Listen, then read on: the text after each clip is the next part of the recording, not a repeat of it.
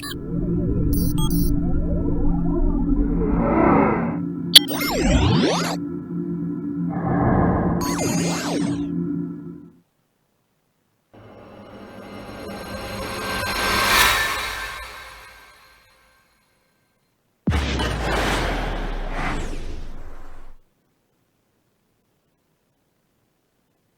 following content is not intended as a substitute for professional medical advice, diagnosis, or treatment.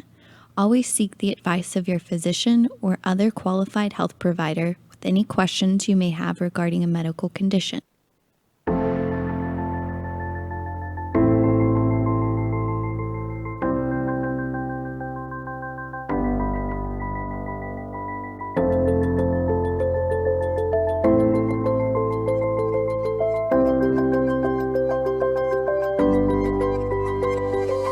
You're listening to the Everyday Therapy Podcast. I'm JC Rader. And I'm Julianne Schroeder. And we're therapists bringing you honest conversations around emotional wellness and self-development. Inspired by our personal experiences in therapy and because of our clients, we realize therapy has so much to offer both on and off the couch. Listen for tips and tools to navigate all the challenges that life throws your way. To give us feedback on topics and guests, or for more information on our community events, counseling, or online services, contact us at everydaytherapypodcast.com. Let's get to it. So let's talk about our supporters. So Ology Institute is a group private practice here in the heart of Dallas, and they have locations all over the DFW Metroplex. So Fort Worth, Oak Cliff, Uptown, North Dallas, as well as a recent opening, Cedar Hill, Grand Rapids, Michigan. They are literally all over the place. And they are amazing. So they have many different counselors with different specialties, as well as different price ranges. So starting at $35 a session, all the way up depending on your counselor's experience and training. And they offer early morning and late evening appointments, as well as weekend appointments. So there's no reason, if you haven't been to counseling yet and you want to try it out and see if it's going to benefit you, it will. So definitely seek them out. And I was trained there. I just think they're amazing. Can't speak highly enough of them. So their motto is creative solutions to stuck problems. So check them out. WeFixBrains.com. Yes, and on that same wavelength, they have created the Ology Institute for Psychotherapeutic Yoga. So a creative way to address mental health and well-being by merging Eastern and Western approach to health and well-being. So they are targeting therapists as well as yogis or anybody else interested in learning this healing modality. And their next cycle begins in September. So yeah, if you're interested, look at them. Both JC and myself are graduates. I'm on staff there actually, and we really believe in addressing the mind, body, and holistic healing in that way. Yes, it's a different type of yoga. It's amazing. Yes. Yeah. Yes. So let's get into our topic for today and meet our guest, Brittany Piper. Are you there, Brittany? I am here. I am switching over. I've been requested to put my headphones in real quick. Yes. Sure. Yes. That's going to make our sound quality so good. So we appreciate that. Yes. Thank you. And if you're listening to this podcast versus watching it, Brittany has this beautiful greenery wall behind her. It's so amazing. We were chatting about it before. And she repurposed from her wedding. So I just garland, we're in awe. Green runners, garland from her wedding, all down the wall in her room. It's so beautiful. So she easily wins, I think, the most aesthetically appealing in terms of our Skype guests thus far. Thank you. Yes. And we got to meet you, Brittany, at the The Good Fest in Austin. And heard you speak, and we were just taken aback. I think we've got to talk to several different speakers from there, and I think when we heard you speak, I think I was brought to tears, I know. No, we were really moved. Very, intense, I don't want to say performance, but it just felt like so engaging to hear you speak about your experience and what your journey has looked like. So I can't wait to get into that today. Thank you. Yeah, I'm excited. There she is. Awesome. Yes. Yes. So Brittany, you, we would just love to hear from you about kind of your qualifications and where you center your work, and just tell us a little bit more about yourself. Sure. So, can you hear me okay? Yes. Yeah. This is perfect. Okay, awesome. Yeah. So, about myself, my degree is actually in photojournalism. And before that, my degree was in computer science. And so Really? being in the wellness space is something that I never really anticipated. I kind of fell into it and have fallen in love with it. My background, I dealt with a lot of adversity and trauma in my upbringing, from the day that I was born up until the age of 20. And through trial and error, my healing journey is kind of what brought me into the wellness space. I didn't quite know how to deal with my trauma, and I went down some pretty destructive and dark roads for a number of years. And it was really about learning how to love myself again. And that's kind of how I've ended up in the wellness space. And now I kind of help other people do the same thing.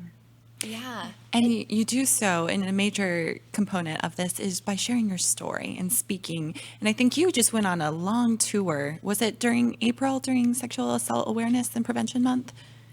Yeah. So I'd say the bulk of what I do is I talk to audiences about sexual assault prevention and survivorship and healing. And so, yeah, my spring tour, it kind of started at the end of March with the Good Fest. That was kind of the event that kicked it off. And then it went until the middle later part of May. But yeah, April is Sexual Assault Awareness Month, so it's always my busiest time of the year.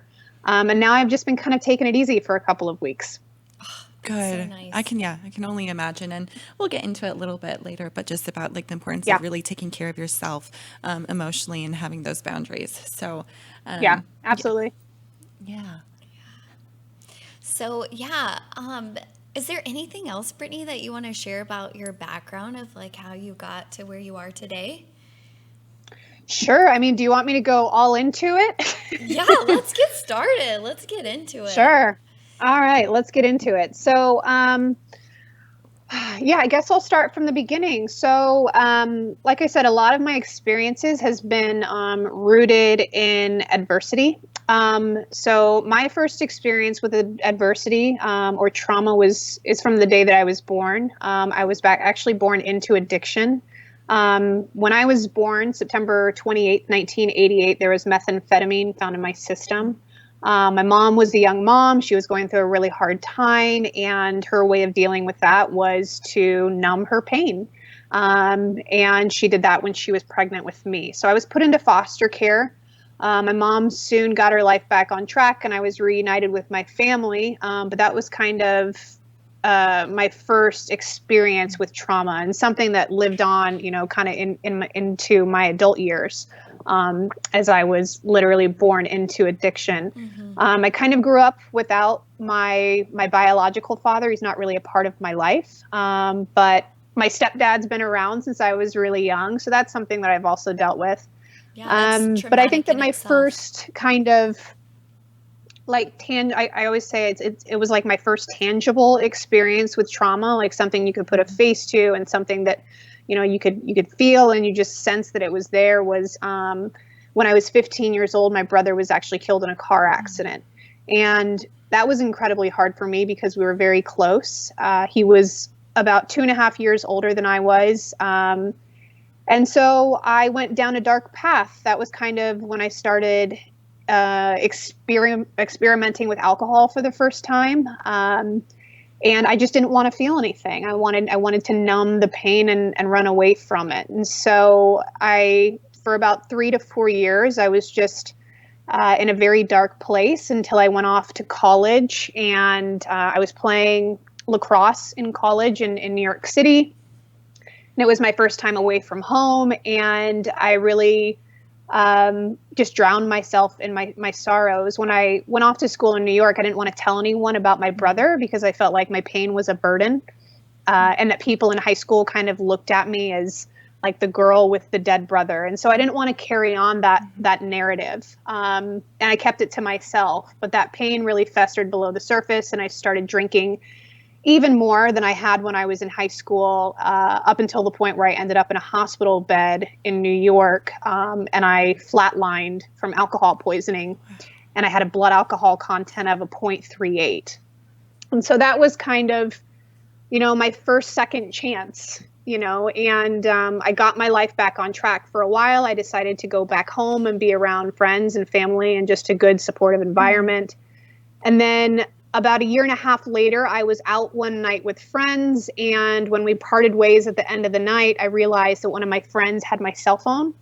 And so I ventured out by myself to drive and get my phone from her. And I ended up hitting a pothole and I got a flat tire.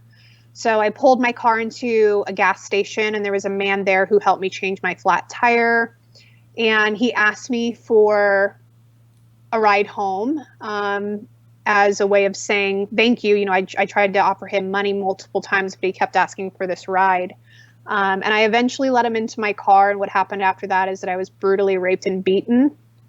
But he was apprehended 3 days later.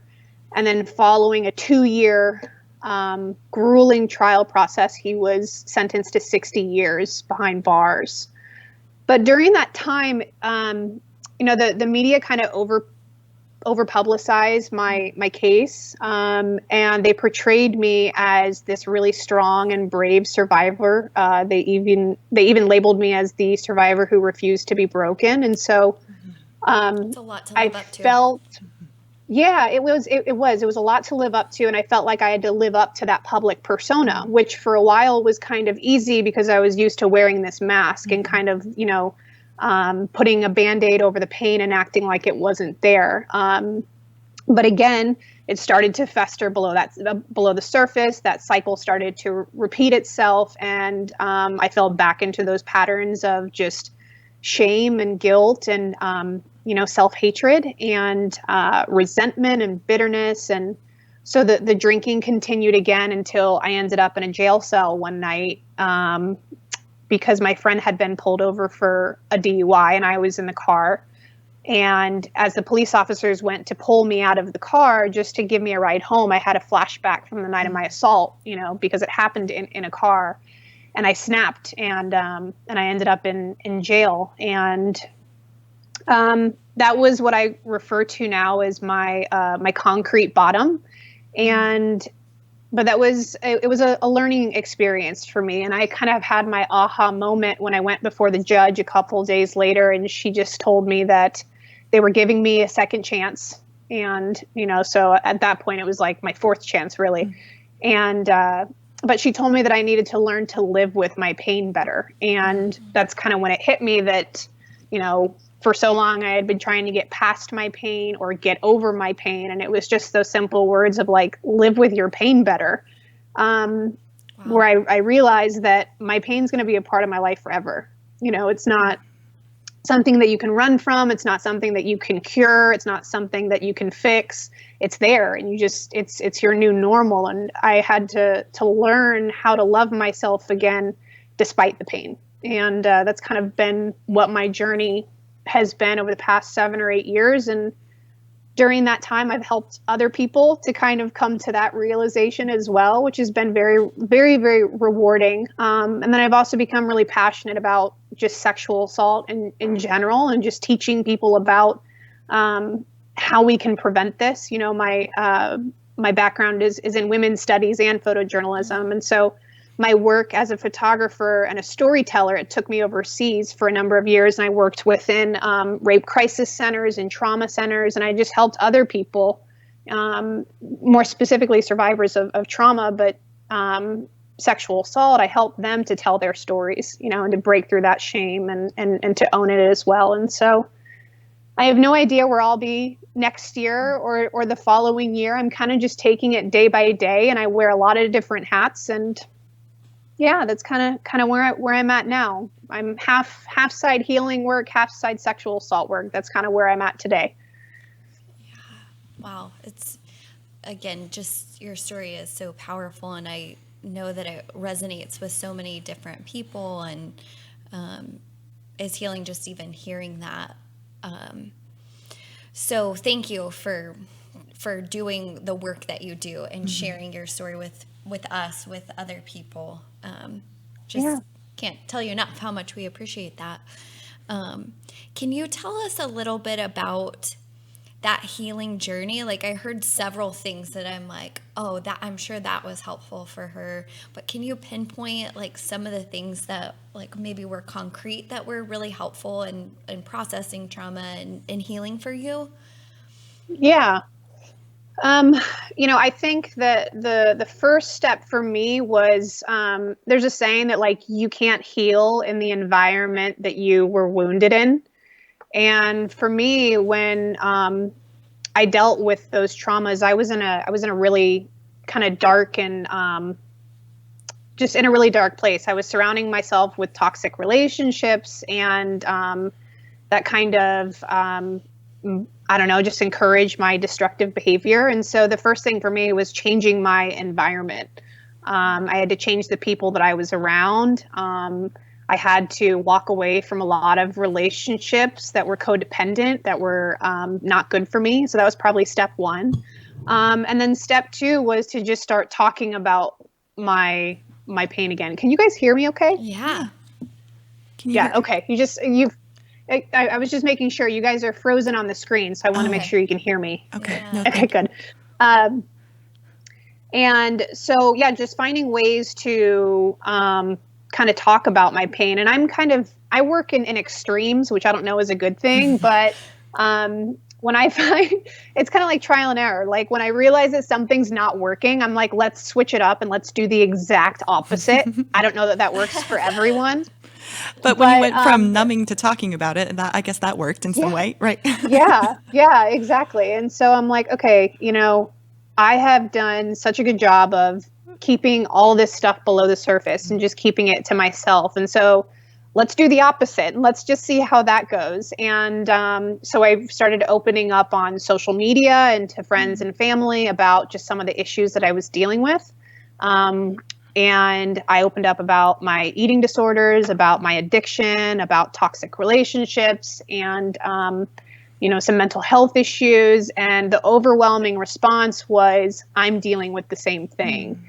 And, I think we've seen that in a lot of the movements that are going on, in our communities today, like the Me Too movement, when people open up about their experiences or their stories, other people are compelled to share, because they see that connection. And so me realizing that I wasn't alone in my pain just made it a little less heavy to carry. And so I found support in that way. I started going to therapy. I did that for a number of years. And then as I started sharing more about my survivor story, I became really close with a lot of other survivors. And that was incredibly beneficial for me too. I think that resilience really builds, much quicker when you're in a community, or kind of like when you're in a tribe. And so for me to find my own tribe was kind of crucial to my healing. Absolutely. And I know that you're a big fan of Brene Brown. I think you quoted her in Austin. But the idea that like 5 times. Yes. I mean, she's just my forever woman crush and inspiration. But she really talks about how shame breeds in secrecy. And so to do the opposite is really what the healing work is about. But sometimes that shame can be so suffocating. Like how did you take that first step in saying, okay, I am going to share and learn to connect with others? Sure. So, well, I think a lot of it had to do with also being okay sharing with myself first. I think that shame lives inward and then it lives outward.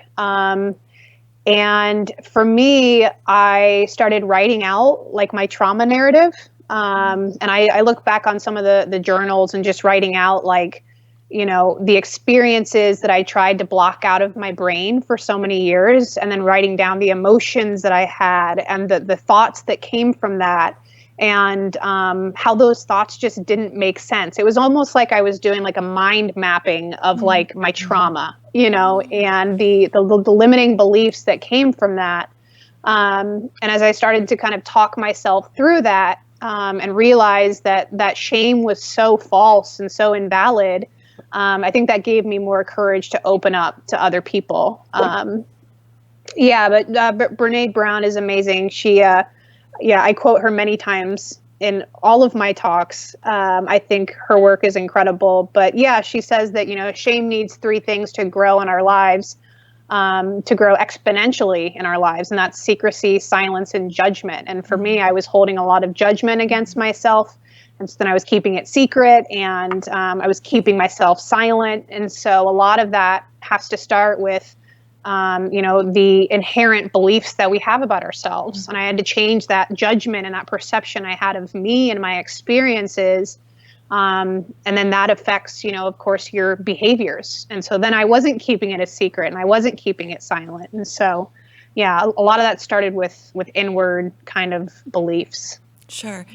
And can I assume that perhaps therapy was helpful in that way?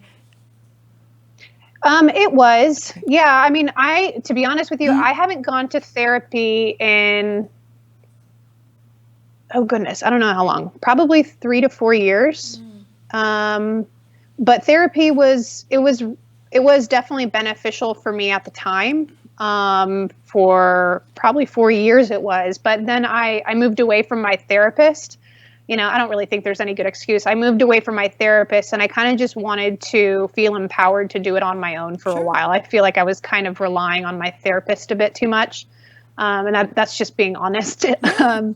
But I still keep in contact with her. I had an experience in India that was somewhat unfortunate, and she was actually the first person that I emailed. And I hadn't seen her in about 8 months, so she was pivotal in my healing process. That's for sure. Yeah. What did that experience look like for you? So a lot of our listeners have gone to therapy, and then some haven't, that they're just here, wanting to learn some therapeutic ideas. Can you share a little bit about like what your initial experience was in therapy, and then throughout, what did the process look like? Yeah, so I've had a couple of different experiences with therapy. So first, I think the first experience I had with therapy was when my brother passed away. And so my family started attending a bereavement center, and it was group counseling. So, my parents would go, and they'd go to group counseling with other, parents who had lost children. And then I would go to group therapy with other siblings who had lost their brother or sister. And that for me was, I think that was actually more profound than my individual one-on-one therapy was. So much so that actually after about 2 years of going to that bereavement center, I actually became a camp counselor for their summer camp. Wow. And I got involved. I did that for 2 years with, younger kids who had lost loved ones. But I think that I've just always been more drawn to the community aspect of therapy. Oh, absolutely. Yeah. So I can just attest that I really believe in group therapy. Yeah. That just, I think, at the time, it made me feel less alone in my pain, like I said. And, for a while, then after my assault, I didn't go to group therapy. I just went to, my individual therapist. And like I said, she was very helpful. But I found that as I started reaching out to more survivors and sharing my story, that I found more healing in talking with them sometimes than I did with her. And they say that healing is not one size fits all. And that's just kind of, what's worked for me. And it's interesting because I'm the co-founder of a business called On the Mend. And at On the Mend, we offer healing retreats for female survivors of trauma. and they're 4-day retreats. And what we do is we kind of expose our, the women to different modalities of healing, because again, we believe that not one size fits all. But what we found is that, some of the women really enjoy the one-on-one personal coaching sessions with myself and my partner. And then some people love the group sessions, and so I think that's what's so amazing about healing, is that it's a journey that you kind of have to figure out for yourself. Yeah, no, absolutely. And to be able to pay attention to yourself and honor what you need. And, both JC and I, we can say we don't want our clients to become dependent on us. And it's, it's bittersweet, but we are grateful for when, they feel like they can, pause and step away, knowing that they're always able to return if there's, they feel the need to. For you to be able to, find that your healing is looking different and honoring that, I mean, that's just, part of the process, right? Yeah. But I think that is the one thing that I always loved about my therapist, and she wouldn't mind me saying her name. I'm not going to say her full name, but her name was Ashley, is that I could contact her at any time, which was amazing. We moved to the Northeast about a year ago, and I actually reached out to her sometime, I'd say probably 9 or 10 months ago, just about something, just chat over the phone. I hadn't talked to her in probably about a year and a half, and we just picked up kind of right where we left off. And I think that the bond I have with her is incredible. And I've actually referred 3 people to her now. Wow. So, because I think that everyone needs to go through therapy at least at one point in their life. And I'll probably get back into it, but I don't know. Maybe it's just that I'm like committed to her, and I don't live close to her anymore. Yeah, sure. Yeah. No, I can imagine. But when you create that special bond and that sense of safety, I mean, that's just so hard to think about starting over with somebody new. Yeah. Yep. Yeah, it's like a hairdresser, when you move away, but you have that girl that you've had for like 10 years. And so then you just don't trust anyone else to touch your hair. That's honestly what I've done. Anytime I'm back in Indiana, I'm like, I don't care if I have to wait 4 months to get my hair cut. I'm waiting. Yes. It's the same thing. Yeah. No, we get it. We get it for sure.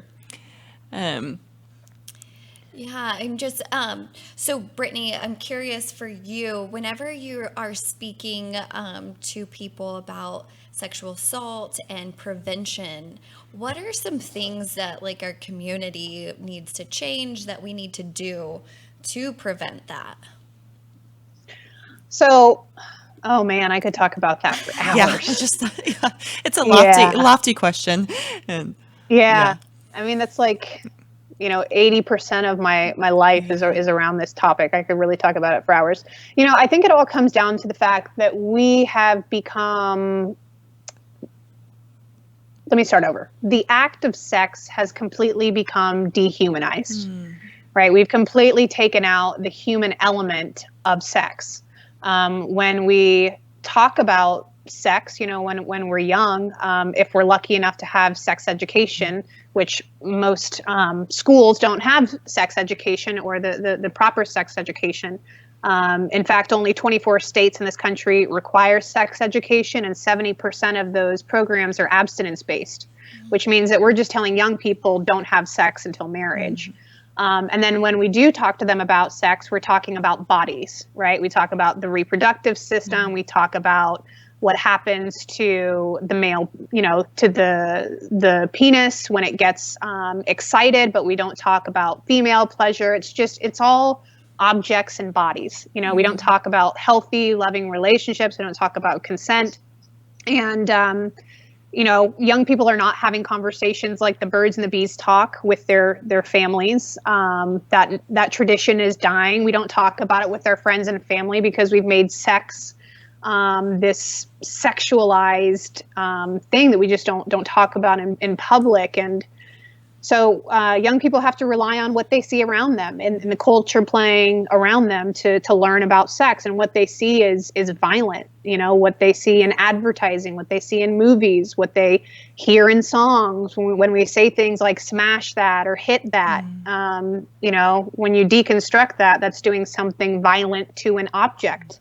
We've taken out the human element, and then that becomes the way that we think, the way that we act, and how we how we have sex, or what we think about sex. And so when we take out the human element, that is so necessary when it comes to sex, that's why we lack empathy. Empathy is the ability to vicariously put yourself in someone else's shoes, which requires that you have to have human compassion, right? You have to humanistically understand their experience. And if we've taken the human element out of sex, then there's no way we can have empathy for people when it comes to sex and sexual assault, which is why it breeds this whole cycle of victim blaming and not believing victims, or even raping in the first place. So yeah, I could go much deeper into that, but yeah, a lot of it comes down to the fact that we have dehumanized sex. And when you look at the history of dehumanization, you see that it always leads to violence. Just to talk about like on larger scales, when we look at the Holocaust, for instance, Nazis referred to Jewish people as termites, as parasites. When we look at American Indians, they were referred to as savages, which are dogs. When we look at slavery and African Americans, they were, you have they were considered non-human, or only part human. So, and that always leads to violence. So, yeah, I could talk about that forever. Yeah, absolutely. Yeah. And there's a lot of work to be done systematically. I mean, there's so much to cover, and I know we're only get bits and pieces, but then obviously we want our listeners to be able to connect with you and hear what else you have to offer. But on the flip side of prevention, in the recovery aspect of it, we would love to hear from your experience what supporters could be doing differently.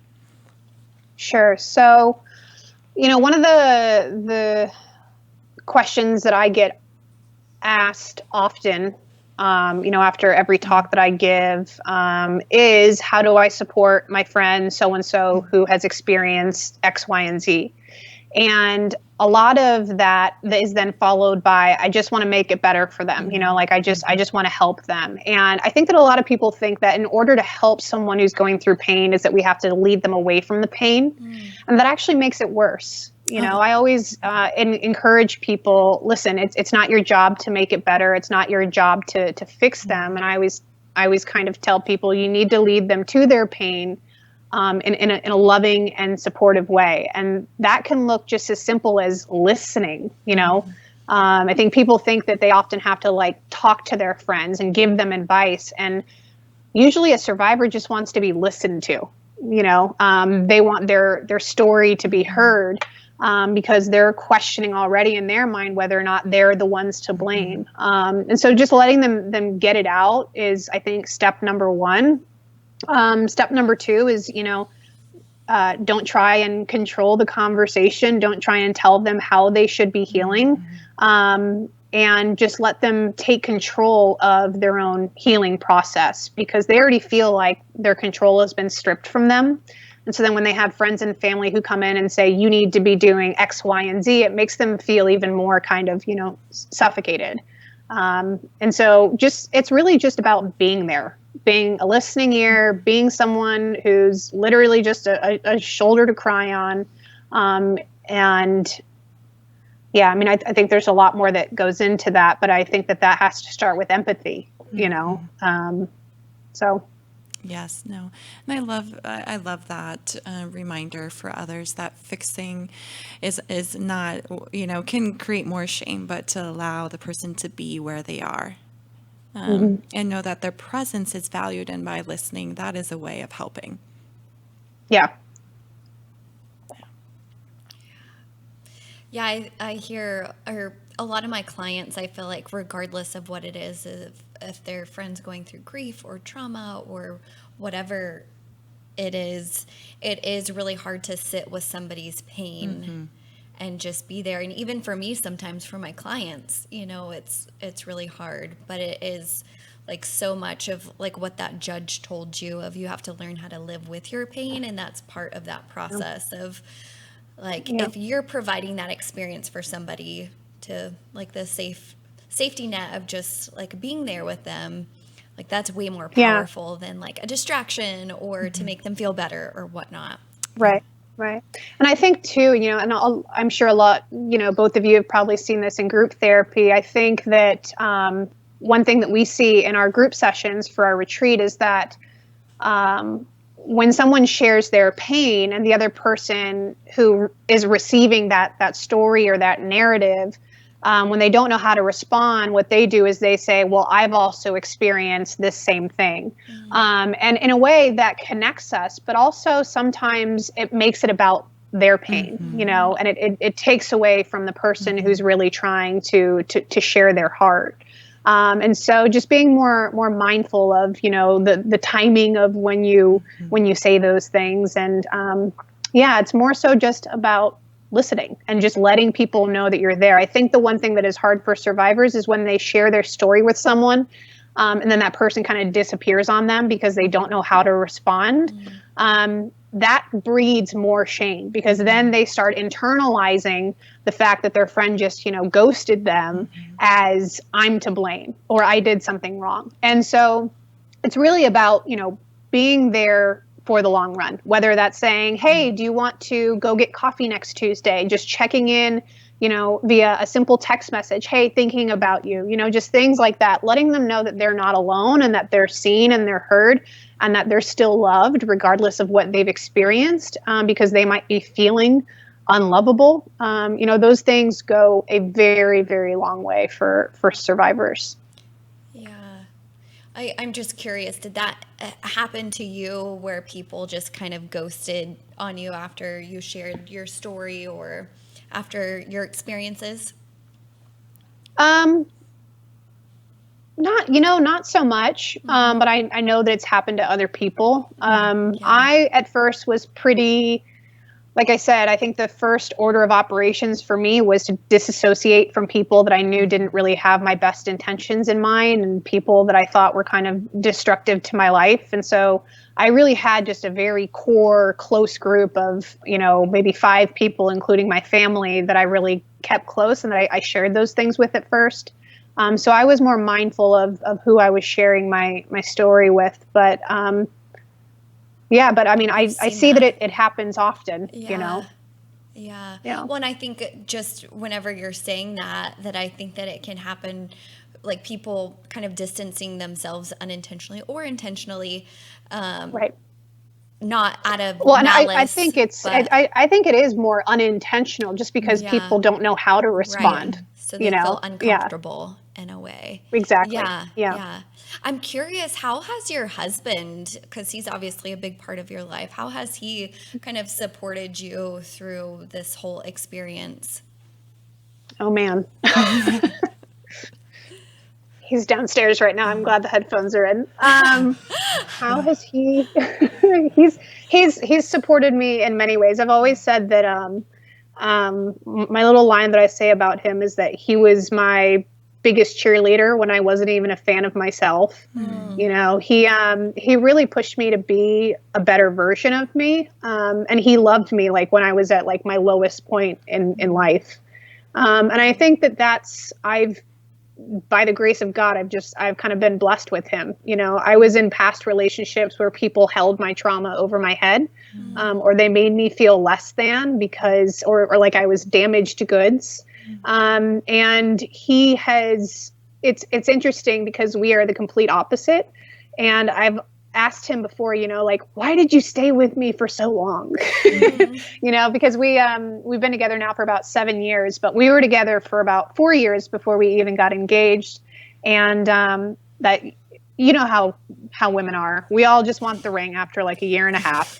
And and so I started pushing him, and he was really adamant about making sure that I loved myself before I loved him.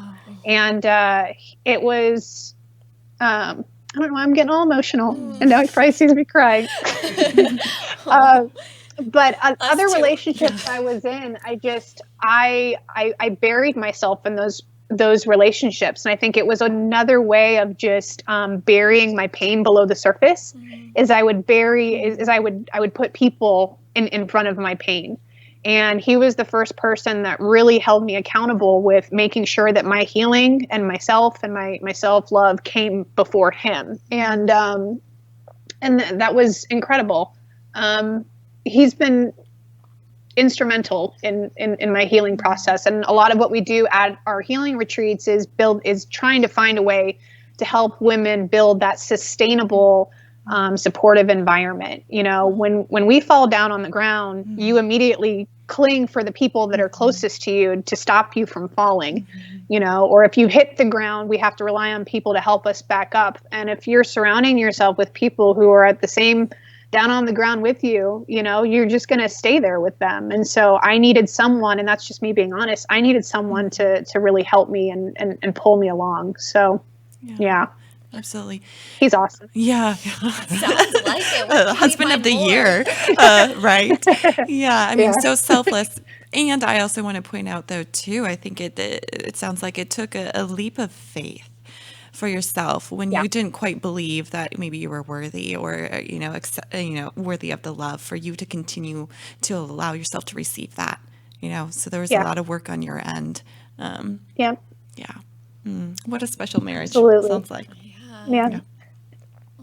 This has been so good, Brittany. And I'm just wondering, do you have any, I'm sure you do, but what are some good resources for people who obviously On the Mend want to hear more about that?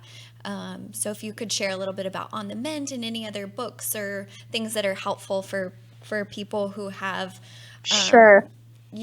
had these experiences or supporters or so I'll talk about a couple of books first. So the first book, of course, it's Brené Brown. Yes. Because I'm in love with her.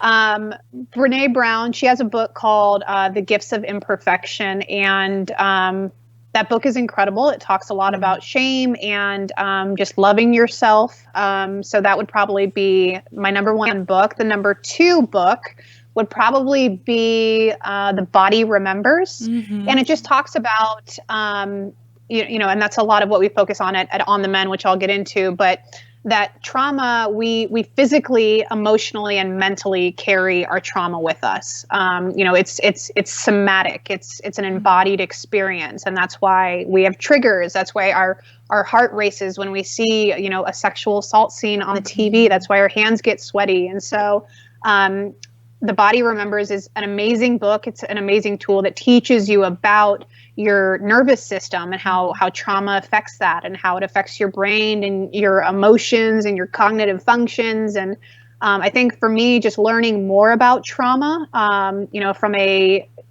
neurobiological perspective, has really helped me to understand more about myself and why I am the way that I am. So those would probably be my two book resources for you. And then On the Mend, so you can see more information about On the Mend if you go to onthemendretreat.com. But like I said, it's an all-female healing retreat for survivors of trauma. And it is for anyone over the age of 18, but they're very intimate retreats. We only bring on about 6 women per retreat. Our next retreat is going to be in September in the Pacific Northwest. It's going to be in Oregon. We only have a couple of spots still available. But essentially what it is it's a holistic healing retreat where we dive into mental and cognitive healing. We dive into emotional healing and then physical healing. So I'm kind of like the mind and heart healer of the duo. And then my partner, her name is M. We've been best friends since 2nd grade. She is a trauma-informed yoga instructor. She is a fascial stretch therapist, so she knows how to release trauma from the body, from the tissue. So she's kind of the body side of it. The retreat is amazing. We do personal one-on-one coaching sessions throughout the retreat. We do group sessions. And then we believe in grounding, and grounding helps us to just become more aware of the present moment. I think when we've experienced trauma, we either live in the past or we're anxious about the future. And learning to become, present in your mind and body and heart is really important to healing. And so With that in mind, our retreats are always in beautiful places around the country. So this one is going to be in Willamette National Forest. So we're going to be surrounded by waterfalls and mountains, kind of out in the middle of nowhere. And it's just a space to unplug. In addition, we have an Ayurvedic chef and a practitioner that we partner with because what we eat has so much to do with how we feel, how we look at the world, and how we heal. And so we have a curated menu for every meal, and all of the women actually go through an Ayurvedic class with her as well during the retreat, which is amazing. And then we do excursions, and we're going to go to a hot springs. We're going to go to waterfalls, and yeah, it's an amazing. It's really an incredible thing. I always thought that my job was incredibly rewarding, talking to survivors of sexual assault just from a stage, but there's nothing quite like living with 6 other women who have experienced some of the most heart-wrenching things that you could ever imagine, and seeing them transform in a matter of days. It has been the most rewarding journey that I have been on. And so, yeah, there's a lot more that goes into the retreats. But again, if anyone has questions, you can just go to onthemenretreat.com. Oh, yeah, that sounds like an incredible, really, truly holistic healing opportunity. And yeah, we are just, honored for you to be able to share your heart and your story and your passion. And we hope that you continue to take care of yourself as you help others on the way as well. Yeah. Do you Thank you so much. Any last words for our listeners, Brittany? Yeah, I just want to remind people that, no matter where you're at in life, it's one chapter in your life. It's not your entire life story, and that running from your pain is actually running yourself into a cage. I think that by running toward our pain and learning to live with it, that's where the magic happens. That's where you can find meaning and fulfillment in life, and healing. And healing it's a lifelong journey. It's not like I always say, it's not a single destination. You won't just wake up one day and be fine. You'll take 10 steps forward, then 20 steps back, then 2 steps forward. And so it's okay if you have off days. I'm not perfect. I'm not strong all the time. I'm not strong most of the time. But just learning to wake up every morning and show up for yourself in the best way that you can is just, that's all that matters. So yeah, I think I'll kind of just close with that. Yeah. Mic drop. Love that. Thank you so much, Brittany. It was so good to connect with you again. And yeah, just really privileged to have you on our show today. Yeah, of course. And for anyone who wants to connect more, you can find me at the Britt Piper on Instagram or BrittanyPiper.com. I text and email with people all the time. So if anyone needs support, feel free to reach out. Awesome. Yes, we'll put all of that in the show notes. So thank you. Cool. So all right. Thank you so much. We'll talk to you soon. Thank Bye, you. Thank you so much for having me. Of course. Yes. All right. Bye-bye. Bye.